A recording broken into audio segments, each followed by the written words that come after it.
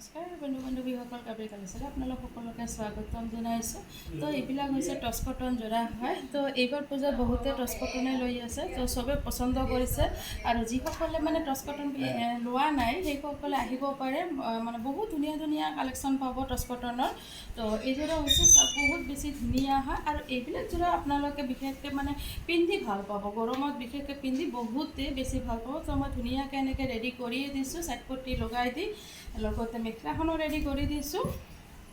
বহুত ধুনীয়া লাগি আছে আৰু বিশেষকৈ এইবাৰ মানে কটনৰ কাপোৰখিনিয়ে বেছি চেল হৈ আছে। তো কটনৰ কাপোৰখিনি মানে অল টাইম পিন্ধিও ভাল লাগে, কমফৰ্টেবল হয় যিহেতু। চাওক, আৰু আহল বহল যোৰা হয়, পিন্ধি বহুতে বেছি ভাল পাব।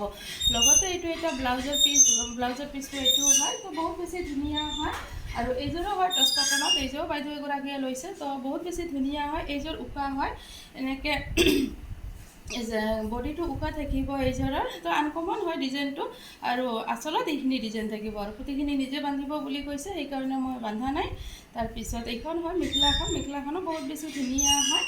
তো আপোনালোকেও ল'ব পাৰিব। টচ কটনৰ বহুখিনি যোৰা আছে, যদি বিচাৰে মোৰ ঘৰৰ পৰাও ল'ব পাৰিব আৰু যদি বিচাৰে অনলাইন যোগেদিও ল'ব পাৰিব। আপোনালোক আহি যাব। ধন্যবাদ।